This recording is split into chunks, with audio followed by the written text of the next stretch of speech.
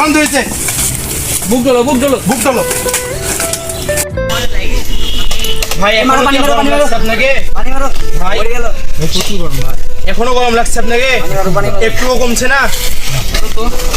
কি ব্যাপার আসলে আমি কিছুই বুঝছি না। সমস্যা কি? হ্যাঁ এত গরম কিসের? আমি তো কিছুই বুঝছি। দেখি তো কিসের এত গরম। শুভ